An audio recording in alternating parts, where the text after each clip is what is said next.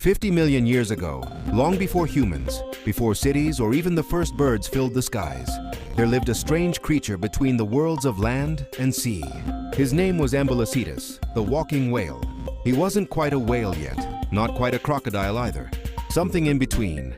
He lived near the warm coastal rivers of what is now Pakistan.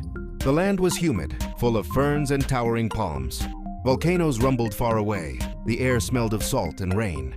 Ambulocetus would slide from the muddy riverbank into the shallow sea, moving his tail and limbs together in slow, strong strokes. He hunted fish, sometimes small reptiles, and even the birds that came too close to the water's edge. He could hear the soft splashes of life all around him. Turtles, frogs, early mammals. This world was young, restless, and always changing. Ambulocetus ruled the rivers like a silent shadow. But the world never stays the same.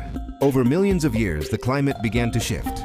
The shallow seas turned into vast oceans. Forests sank. Coastlines moved. New creatures evolved. Larger, faster, more powerful. Deep in the forests, other reptiles were beginning to rise. Dinosaurs. At first, Ambulocetus and his kind paid little attention. The dinosaurs stayed mostly on land, while Ambulocetus kept to the rivers and shores. But as time went on, the balance of power began to change. The dinosaurs grew into giants, hunters and plant-eaters taller than trees. The earth trembled under their feet. One morning, as the mist rolled over a wide river valley, Ambulocetus surfaced to breathe. The water shimmered like glass. He saw movement in the distance, massive shadows crossing the shore. Curiosity drew him closer. He saw for the first time the creatures that would one day rule the world. They were terrifying, long-necked herbivores reaching for leaves, and predators with teeth like daggers. The ground shook with their steps. For years, Ambulocetus survived at the edges of this new world. He became cautious, hiding in deeper water when the dinosaurs came near. Yet hunger drove him to take risks. He would drag himself onto land at night, his heavy body moving slowly, his flippers sinking into wet sand. He still needed to breathe air. He still needed the warmth of the sun. But land was no longer safe. One evening, while hunting, he heard a scream from the forest, a deep, thunderous roar that echoed across the water. A predator dinosaur had found him. The ground cracked beneath its steps.